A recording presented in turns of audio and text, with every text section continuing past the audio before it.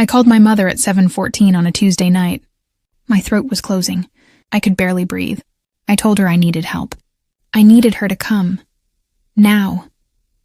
She said, "Honey, we're at dinner with Jake's girlfriend. Can this wait?" I said, "Mom, I can't breathe, please." She put her hand over the phone. I heard muffled voices. My father, background laughter, the clink of glasses. Then she came back. "Sweetheart, we just ordered dessert. We'll call you back in an hour, okay?" They hung up. I collapsed in my hallway 20 minutes later. A neighbor I barely knew saved my life. My parents didn't call back for 4 hours. When they finally texted, it was casual, breezy, like I'd had a headache. How do you forgive people who chose tiramisu over your life? I didn't forgive them. I left a letter instead. Before I tell you what was in it, drop a comment and let me know where you're watching from and what time it is for you. And if this story already has you feeling something, go ahead and leave a like, because this gets so much worse before it gets better. Let me back up. My name is Claire. I'm 26. I work as a graphic designer. I live alone in a one-bedroom apartment across town from my parents. I've always been the independent one, the one who figured things out. When I graduated high school, my parents missed the ceremony. They were at my brother Jake's regional soccer finals. When I got my first big promotion, I called to tell them. My mom said, "That's great, honey," and then spent 20 minutes talking about Jake's new car. My birthday 2 years ago? They forgot. Jake had a tournament that weekend. I'm not saying they're monsters. I'm saying I learned early that I came second. Jake is 3 years younger than me. He was the planned baby, the wanted one. My parents tried for years to have kids. IVF, treatments, the whole thing. Jake was their miracle. I was the surprise that came later. The one who didn't need as much. I built my life around that. I put myself through community college, worked 2 jobs, moved out at 22. I handled my own emergencies. I didn't ask for help, but I'm also a designer. I keep backups. I save versions. I document everything. It's just how my brain works. I had a folder on my desktop I never thought I'd need, and I still wanted them to show up. Just once, when it actually mattered. That Tuesday night, I found out what I was really worth to them. And it was less than dessert. I ordered Thai food that night. I didn't know it had shellfish in the sauce. I'm severely allergic. I realized something was wrong about 15 minutes after I started eating. My lips tingled. Then my tongue swelled. Hives crawled up my arms. I tried to find my EpiPen. I kept one in my bag. But I'd switched purses that morning. Panic hit. My throat started closing. I grabbed my phone. I called my mom. She picked up on the 3rd ring. I could hear music, voices, the hum of a nice restaurant. "Hey, sweetie. What's up?" I tried to say the words. My voice came out strangled, thin. "Mom, I can't breathe. I think I'm having a reaction. I need you to come, please." She didn't answer right away. I heard her say something to someone else. Her hand covered the speaker. Then she came back. "Honey, we're at dinner with Jake and Emma, and her parents. This is really important. Can you call your friend Sarah?" I was gasping now. "Mom, please, I can't." "Sweetheart, listen. We're only 20 minutes into appetizers. Emma's dad is talking business with your father. It would be so rude to leave now." I begged. I actually begged. "I don't think I can wait. Please." My dad's voice came through, distant. "Tell her we'll call back in an hour." "She's fine." My mom's tone shifted, annoyed now. "Your father says we'll call you back, okay? Just lie down. Drink some water." The line went dead. I stared at my phone. 7:14 p.m. The room was already spinning. I don't remember getting to the door. I remember trying. I thought if I could just get into the hallway, someone might see me. I made it 3 steps. Then my knees gave out. I hit the floor. The next thing I remember is a voice. Oh my God, somebody call 911. "Mrs. Cho, my neighbor from 2 doors down." I'd spoken to her maybe twice. She heard me fall. She found me in the hallway. Not breathing right, lips blue. She called for help. The paramedics told me later she probably saved my life. I woke up in the emergency room at 11:38 p.m. Fluorescent lights. Sterile white ceiling. The beep of a monitor. An empty chair next to my bed. Nobody there. I reached for my phone on the side table. One text from my mom. 11:40 p.m. "Hey honey, dinner ran late. You feeling better?" That was it. No apology. No concern. Like I'd had a stomach ache. I stared at that message for a long time. I could have died, and they didn't even know. The nurse came in a few minutes later. She handed me my discharge paperwork. At the top, in clinical black ink, anaphylaxis. Critical condition. Delayed epinephrine. I took a photo of it. I don't know why. Maybe some part of me already knew I'd need it. I stayed in the hospital for 2 days. Observation. Monitoring. Standard protocol for severe reactions. I had a lot of time to think, and a lot of time to look at my phone. I pulled up my call log first. There it was. Outgoing call to Mom. 7:14 p.m. Duration, 2 minutes, 11 seconds. After that, nothing. No incoming calls until her text at 11:40. 4 hours and 26 minutes of silence. Then I looked at my hospital intake form. Ambulance arrival, 7:51 p.m. That was 37 minutes after I called them. 37 minutes I spent alone, dying on my hallway floor. The intake nurse had written a note at the bottom. Patient reports no family contact. Neighbor called EMS. I screenshot everything. The call log, the timeline, the intake form, the discharge summary with the word critical stamped across it. I saved them all in a folder. I labeled it Tuesday. I didn't know what I was going to do with it yet, but I knew I wasn't going to let this disappear. My parents acted like I overreacted, like I made a big deal out of nothing. But I had the timestamps. I had the medical language. I had proof that I almost died while they finished their creme brulee. And part of me, some cold, quiet part, knew I was going to need every bit of it. My parents came to visit on Thursday, 2 days after I was admitted. My mom brought flowers. My dad brought excuses. They walked in looking uncomfortable. Not guilty, just inconvenienced. My mom sat down. She put her hand on mine. "Sweetheart, we feel terrible." I didn't say anything. My dad cleared his throat. "We thought you were overreacting. You know how you can be. A little dramatic sometimes." I stared at him. My mom jumped in. "We didn't know it was that serious. If we'd known, of course we would have come." I wanted to scream. I'd told them I couldn't breathe. What part of that wasn't serious? But I didn't say any of that. I just nodded. My mom teared up. "I've been so upset. I haven't been able to sleep. I feel awful." She made it about her, like she was the victim.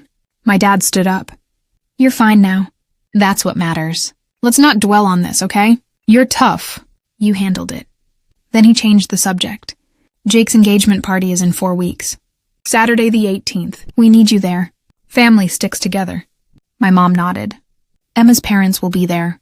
It's a big deal. We need to show a united front." I felt something crack inside me. But I smiled. I said, "Okay." They looked relieved. They stayed 10 more minutes. Made small talk. Left. The second they were gone, I opened my laptop. And I started writing. Later that night, Jake texted me. "Mom and Dad feel terrible. But you have to understand how important that dinner was. Emma's family was really impressed. Don't make this weird, okay?" I read it twice. Then I opened a new document. And I kept writing. Here's the thing about family phone plans. My parents added me to their iCloud account years ago. They wanted to share photos, calendars, contacts. They never turned it off. Which meant their text messages synced to my devices. I'd never looked before. I didn't care. But that night I looked.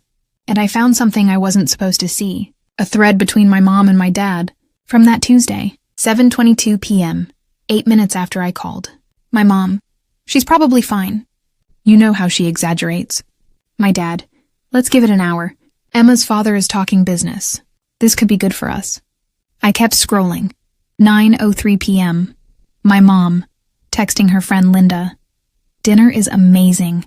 My future daughter-in-law is absolutely perfect. Claire texted something dramatic earlier. But you know how she is. Always needy." I read it 3 times. I was in an ambulance at 9:03. And my mother was texting about how perfect Emma was. I took screenshots of everything. I didn't cry. I didn't shake. I just saved them, added them to the folder, and kept writing. They didn't just choose dinner over me. They chose not to care. They decided I wasn't worth the inconvenience. And then they lied about it. That's when I knew. I wasn't overreacting. I wasn't dramatic. I was right. And I had every word to prove it. I spent the next 2 days thinking about why they did it, why I was so easy to leave behind. And then I remembered something my grandmother told me once. She said my parents tried for 6 years to have a baby. Fertility treatments, doctors, procedures. Jake was their miracle baby. The one they planned. The one they prayed for. I came 3 years later. Unplanned, unexpected, the surprise. I was loved. I don't doubt that. But I was never the priority. Jake got the elite sports leagues. I got community soccer. Jake got a college fund. I got a part-time job. Jake's needs were urgent. Mine could wait. And Emma? Emma came from money. Her parents owned a commercial real estate firm. My dad had been trying to get a meeting with her father for 2 years. That dinner wasn't just dinner. It was an opportunity, a chance to be connected, important, respected. I wasn't useful. Jake was. Emma's family was. I was the self-sufficient one. The one who handled things. The one who didn't need them. So when it came down to it, when they had to choose, it wasn't even hard. I wasn't less loved. I was less valuable. And once I understood that, everything made sense. The missed graduations, the forgotten birthdays, the 4-hour silence. It was never about me. It was always about them, and what I could do for their image. Now I knew exactly what I had to do. I wrote the letter over 3 nights. I must have deleted and rewritten it a dozen times. I didn't want it to sound angry. I didn't want it to sound bitter. I wanted it to sound true. In the end, it was simple. 1 page, a timeline. On Tuesday, May 9th, I experienced a severe allergic reaction. At 7:14 p.m., I called my parents and told them I couldn't breathe. They were at dinner and declined to help. I was hospitalized at 7:51 p.m. in critical condition. They did not contact me until 11:40 p.m., over 4 hours later. I have attached the call logs, the hospital intake records, and the text messages between them dismissing me as dramatic and needy while I was in an ambulance. I'm sharing this not for sympathy, but so you understand why I will not be attending the engagement party, or any family event, now or in the future. I addressed it to my parents. Then I added the CC line. My grandmother, my aunts and uncles, family friends, and Emma's parents, everyone invited to the engagement party. 42 people total. I attached every screenshot, every document, every receipt. I set it to send 48 hours before the party. Saturday morning, 8 a.m. Then I packed a bag. I turned off my phone, and I went to stay with my friend Sarah. I didn't want revenge. I just wanted the truth to breathe, and I wanted to be far away when it did. The email sent at 8 a.m. on Saturday. I turned my phone back on at noon. I had 47 missed calls, 63 text messages, 12 voicemails. I didn't listen to any of them at first. I just watched the notifications keep coming. My Aunt Rebecca texted first. Claire, I had no idea. I'm so sorry. Are you okay? Then my Uncle Dan. This is unacceptable. I'm calling your father right now. My grandmother left a voicemail. Her voice was shaking. I raised your mother better than this. That is disgraceful. You call me when you're ready, sweetheart. I love you. I started crying then, not because I was sad, because someone finally believed me. Then I saw an email from Emma's mother. The subject line, "Are you safe?" She wrote 3 paragraphs. Professional, kind, horrified. She said she had no idea. She said if she'd known, they never would have stayed. She said she was so sorry, and she asked if I needed anything. I replied with 2 words. I'm okay. But the messages kept coming. My mom sent a group text to the family. This is a huge misunderstanding. Claire has been struggling mentally. We're trying to get her help. I waited 5 minutes. Then I replied to the whole thread. I've attached my psychiatric clearance from the hospital. There are no mental health concerns. I'm fine. The records speak for themselves. Radio silence after that. From my parents anyway. Jake tried next. He sent me a private text. You just ruined everything. Emma's parents think we're a nightmare. This was supposed to be our day. How could you? I didn't reply. But my cousin forwarded me a screenshot an hour later. Emma had texted Jake. Your parents did what? She almost died and they stayed for dessert? This is who I'm marrying into? The engagement party still happened, but only 18 people showed up. Out of 42, Emma's parents came. They were cold, polite, distant. My grandmother didn't go. Neither did 2 of my aunts. Jake was furious. My parents were humiliated, and I was at Sarah's apartment, drinking tea, watching the fallout from a distance. It was done, and I was free. 3 months later, Jake and Emma postponed their engagement. Not canceled, postponed. Emma told him she wanted family therapy first. She needed to see change. I don't know if that ever happened. I wasn't there to watch. My parents lost a lot after that letter. My mom's book club quietly stopped inviting her. My dad's networking contacts grew cold. People talked. In their social circle, image is everything, and theirs was shattered. They sent me one email, 6 weeks after the party. The subject line was, "We're sorry." But the body of the email was vague, self-pitying. They said they misread the situation. They said they didn't realize how upset I was. They said they hoped we could move past this as a family. There was no acknowledgement, no real apology, just an attempt to smooth things over. I didn't reply. I went no contact, blocked their numbers, filtered their emails. I wasn't angry anymore. I was just done. I started therapy a month after everything happened. It helped. I talked about the golden child wound, the years of being second, the pattern I'd normalized. My therapist said something I'll never forget. You didn't need them to change. You needed you to know your worth. And she was right. 6 months later, I moved to a new apartment. Bigger, brighter, closer to Sarah. Work was good. I got promoted. My designs won an award. I stayed close with Mrs. Cho, the neighbor who saved me. We have coffee every Sunday now. She's more family to me than my parents ever were. My grandmother calls every week. 2 of my aunts reached out and apologized for not seeing it sooner. I forgave them. Because they showed up after, and that mattered. I don't gloat about what happened. I don't check in on my parents or Jake. I just live. I built a life where I'm not second, where my voice matters, where I don't have to beg to be seen. I wrote one line in my journal a few months ago. I didn't need them to change. I needed me to know my worth. That letter wasn't revenge. It was release. It was me saying, I matter, and finally believing it. Boundaries aren't cruelty. Silence isn't weakness. Sometimes the strongest thing you can do is walk away. You teach people how to treat you, and sometimes that lesson is in your absence. So here's my question for you. Have you ever had to set a boundary that cost you a relationship? What did it take for you to finally choose yourself? Drop your story in the comments. I read every single one. And if you made it this far, hit that subscribe button, because there's a lot more where this came from. This story is a fictionalized dramatization and is not legal or financial advice. Thanks for listening. And remember, you're worth more than someone else's convenience.